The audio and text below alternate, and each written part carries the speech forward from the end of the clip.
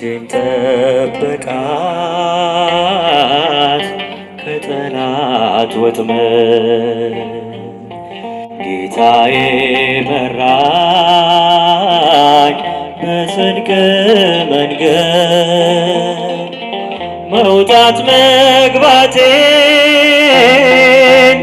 እየጠበቀ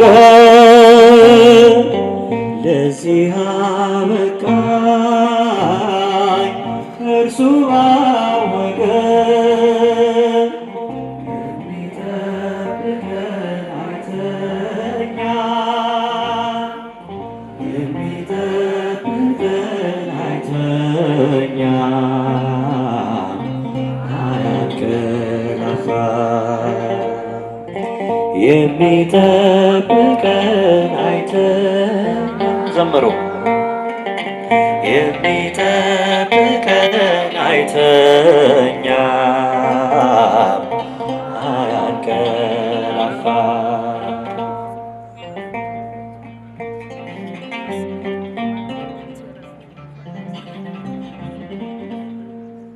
እንቅልፌን ባርኮ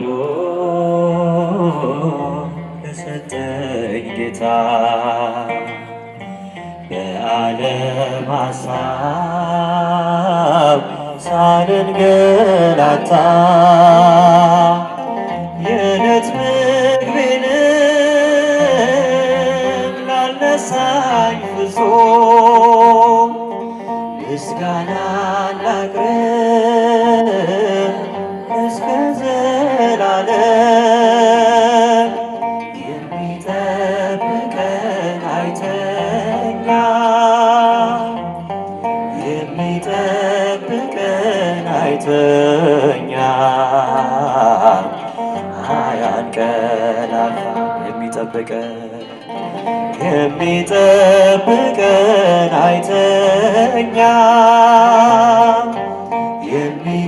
የሚጠብቀን አይተኛ አያንቀላፋ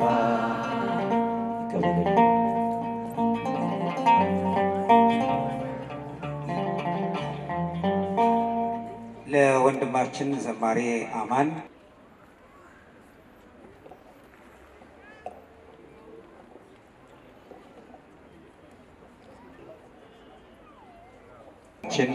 የብፁዕ አቡነ ሕርያቆስ የአዲስ አበባ ሀገረ ስብከት ሊቀ ጳጳስ ፕሮቶኮል፣ የተከበሩ ክቡር አባታችን ሊቀ ስልጣናት ቆሞስ አባ ኪሮስ ጸጋዬ፣ የዚህ መንጋ ጠባቂ፣ የዚህ ታላቁ ደብር ዋና አስተዳዳሪ አባታችን፣ የተከበራችሁ ሊቃውንተ ቤተ ክርስቲያን፣ የተከበራችሁ ምእመናንና ምእመናት በየማዕረጋችሁ እንኳን እግዚአብሔር ለዚች ለተቀደሰው ዕለት ለተቀደሰው ቀን ሁላችንንም የሚጠብቀን የማያንቀላፋው ትጉህ እረኛችን ጠብቆ እዚህ ስላደረሰን ስሙ የተመሰገነ ይሁን። ገናናው መልአክ ቅዱስ ዑራኤል ብዙ ድንቅ ድንቅ ነገር በየጊዜው በየሰዓቱ ያደርጋል። አሁንም በዚህ ያለነውን ሁላችንንም በዚህ ሰዓት የምንጸልየውን ጸሎት፣ የምንሳለውን ስዕለት፣ የምናቀርበው ምስጋና ሁሉ ይቀበልልን። ከብዙዎቹ በጥቂቱ እዚህ ጋር አንድ እናት ወለተ ወልድ እባላለሁ። ቅዱስ ዑራኤል የለመንኩትን ልመና ስለሰማኝ የተሳልኩትን የአንገቴን ወርቅ አምጥቻለሁ ለመልአኩ ለቅዱስ ዑራኤል። ቅዱስ ዑራኤል እኔን እንደሰማ እናንተንም ይስማ ብለዋቸዋል። ሌላዋ ከአሜሪካን ቅዱስ ዑራኤል የልቤን ያውቀዋል ስሜንም ያውቀዋል ለክብሩ መግለጫ 10,000 ብር ልክ ያለው ሲሉ፣ ሌላኛው ደግሞ እንዲሁ ከአሜሪካ አሁንም አስራተ መድህን ቤተ መቅደስ ነበር። በዚህ ቤተ መቅደስ መድኃኒታችን ኢየሱስ ክርስቶስ ብዙ ጊዜ ተመላልሷል። በ12 ዓመቱ በዚህ ቤተ መቅደስ ነበር። በ12 ዓመቱ ቅድስት እናቱ ድንግል ማርያምና አሳዳጊው ጻድቁ ዮሴፍን አተው የፈለጉበት በኋላም ያገኙበት በዚህ ቤተ መቅደስ ነበር። በ12 ዓመቱ በአባቴ ቤት ይሆን ዘንድ እንዲገባኝ አታውቁምን ብሎ የተናገረው በዚህ ቤተ መቅደስ ነበረ። ነገር ግን በዛም ጊዜ ምንም አላለም። በዛን ጊዜ ሁሉም ነገር በትዕግስት አለፈ። ከዛ በኋላ ከቅድስት እናቱ ከቅድስት ድንግል ማርያምና ከጻድቁ ዮሴፍ ጋር እየሆነ በዓመት ለፋሲካ እየተመላለሰ በዚህ ቤተ መቅደስ አስተምሯል። በዓላቸውን አብሮ አክብረዋል። ነገር ግን አንጽሖተ ቤተ መቅደስ ያደረገው ቤተ መቅደሱን ያጸዳበት ስለ ክብረ ቤተ መቅደስ የተናገረበት 2 ጊዜ ብቻ ነው። አንደኛው ዛሬ የምናስበው ነው። ሁለተኛው በመጨረሻ ወደ መስቀል ሲሄድ ያደረገው ነው። ይህን ካየን ዛሬ የምናከብረው የምናስበው በዚህ ዕለት ጌታችን መድኃኒታችን ኢየሱስ ክርስቶስ በዚህ ቤተ መቅደስ የተገኘበት ዕለት ሲሆን በዚህ ቤተ መቅደስ ሲገኝ ብዙ ክንውኖች ተከናውነዋል። ብዙ የምንማርባቸው ድርጊቶች ተፈጽመዋል። ከኔ ጋር ናችሁ?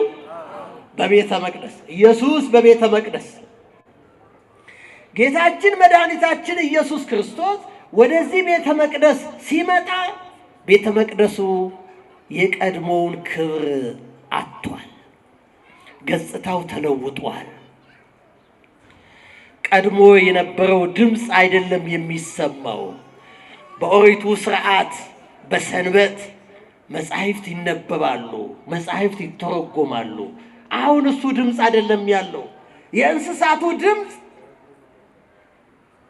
የደራው የገበያው ሁካታ ቤተ መቅደሱን ቀይሮታል። ቤተ መቅደሱን ለውጦታል። ጌታችን መድኃኒታችን ኢየሱስ ክርስቶስ እንደ 12 ዓመት ዕድሜው ዝም ብሎ ማለፍ አልፈለገም። እንደ ሌላውን ጊዜ በዓሉን አብሯቸው አክብሮ ሕሙማንን ፈውሶ በማስተማር ሊያልፍ አልፈለገም። ቤቱ አስቀነው። ጅራፍ አነሳ። ጅራፍ ያነሳበት ምክንያት ምንድነው? የቤተ መቅደሱ ገጽታው ተለውጧል ብያቸዋለሁ። የእንስሳቱ ድምፅ ብቻ የሚሰማበት ሆኗል። ለምን ሲባል በዛ በፋሲካ በዓል ሁሉም መስዋዕት መሰዋት ይፈልግ ነበር። ሁሉም መስዋዕት ለመሰዋት የራሱን ለመግዛት ደፋ ቀና የሚልበት ንግድ የተጧጧፈበት ብዙ ህገወጥ ነጋዴዎችም የሚሯሯጡበት ህገወጥ ያልኩኝ በቤተ መቅደሱ ውስጥ መኖር የሌለበት ንግድ የተጧጧፈበት ስለነበረ ጌታችንን አስቀናው። ሁሉም መስዋዕት ለመሰዋት ግድ ነበር። ምክንያቱም እንዲህ የሚል ቃል ነበረ በኦሪቱ ያለ ደም ስርየት የለም ተብሎ የታወጀ ቃል ነበረ። ወአዲ ይሬሲ ከመዚህ በቅሩብ ወበደም ይነጽህ ሁሉ በሕገ ኦሪት ወዘእንበለ ይነዝህሰ ደም እይሰረይ። ሁሉ ሰው ደም በማፍሰስ ስርየት ያገኝ ዘንድ የኦሪት ሕግ ታዛለች፣ ያለ ደም ግን ስርየት የለም ስለሚባል ድሃውም የሚችለውን ሀብታሙም የሚችለውን ሁሉም መሰዋት ግድ ነበረ። ይሄ ብቻ አይደለም። የሚገርመው ነገር ስርዓት ደግሞ ነበረ። ስርዓቱ ቀደም ብሎ በሙሴ የተሰራ ስርዓት አይደለም። በሙሴ የተደነገገው ሕግ አይደለም። ከጊዜ በኋላ ሰዎች ለራሳቸው ፍላጎትና ጥቅም የሰሩት ስርዓት ነበር። የመስዋዕቱ መስፈርት ሰው ከየክፍለ ዓለሙ እንስሳት ይዞ ይመጣል። የሚመጣው ግን በየመንገዱ እንስሳቱ ከስቶበት፣ ለምሳሌ ያላቸው ላም ያመጣሉ፣ ያላቸው ፍየል በግ ያመጣሉ። እዛ ስደርስ እንስሳቱ ይከሳሉ። ይሄ አይሆንም ብለው የሚመልሱበት ሕግ ነበራቸው። ድሃው ርግብ ያመጣል፣ ዋልያ ያመጣል። እሱም ይሄ አይሆንም፣ ይሄ እንዲህ መሆን አለበት ካልተለወጠ የሚል ሕግ ነበራቸው። አቤት እግዚአብሔርና እናንተን ግን ከዚህ ዛሬ አድኖን ነፃ አድርጎን አንዳችም ነገር ይሄን ሰው ያን ሰው የማንባል እንዲሁ ብቻ በአምልኮ የተዘጋጀልን መስዋዕት ብቻ ይዘን እንድንቀርብ አምላካችን ስለኛ ተሰውቷል። ክብርና ምስጋና ለስሙ ይሁን። ስለዚህ ሰው ሁሉ ይሯከታል። ጫጫ ጫጫታው ውካታው የበዛው እንደምንም አድርጎ አይሆንም ሲባል ሌላ ገዝቶ ማቅረብ ግዴታው ነበር። ያ ብቻ አይደለም። ከብዙ ሀገራት የሚመጡ በተለይ ከታላቋ ሮም ከግሪክ የሚመጡ ሳንቲሞቻቸው ገንዘቦቻቸው የጣዖታት ምልክት ስለነበረባቸው በእስራኤል ዘንድ ያ ተቀባይነት ስለሌለው መመንዘር ነበረባቸው። ስለዚህ የምንዛሬ ገበያም ነበር ማለት ነው። የምንዛሬ ገበያም ነበረ። ሁካታው ታላቅ ነው። ትንሽ ለኛ ለኢትዮጵያውያን ምልክት አለ። ምልክቱ ምን መሰላችሁ? አሁን ፋሲካ ሲመጣ በዋዜማው ሳምንት እንዴት ነው ከተማችን? አቤት ያለው ግርግር፣ አቤት ያለው ሁካታ፣ አቤት ያለው ጭንቀት አይደለም? የጾመውም ያልጾመውም የከፍቱ ገበያ፣ የእህል ገበያው፣ የቅባት ገበያው በአጠቃላይ ይጨምራል። ከዛ በኋላ ሰው ሁሉ ጭንቀት በጭንቀት። ነገር ግን ክርስትና እሱ አልነበረም። የሚያስጨንቀውስ ኃጢአታችንን ተናዘን የክርስቶስን ሥጋና ደም ለመቀበል ነበረ ዝግጅቱ። ነገር ግን ያ ተረፈ አይሁድ የሆነው ስርዓት ዛሬም እንኳ ሳይቀር በሀገራችን ምልክቱ አለ ለማለት ነው። ስለዚህ ሁሉ በዚህ ሲጨነቅ ጌታችን መድኃኒታችን ኢየሱስ ክርስቶስ አየ፣ ቤቱ የንግድ ቤት ሆኗል። ቤቴን የንግድ ቤት አታድርጉት። እስቲ ሁላችሁም ቤቴን በሉ። የአባቴን ቤት የንግድ ቤት አታድርጉት። የቅድስና ቤት ነው፣ የክብር ቤት ነው፣ የአምልኮ ቤት ነው። እዚህ ላይ እንጠንቀቅ። ያለ ቦታው ምናልባት ቃሉን እንዳንወስደው። ይህ ማለት ምን ማለት ነው? ንግድን አይደለም እያወገዘ ያለው፣ ያለ ቦታ የተደረገ ንግድን ነው። ለምሳሌ ቤተ ክርስቲያን ጧፍ ትሸጣለች፣ ሻማ ትሸጣለች፣ ልዩ ልዩ ንዋየ ቅድሳት ትሸጣለች። ይሄ ንግድ አይደለም።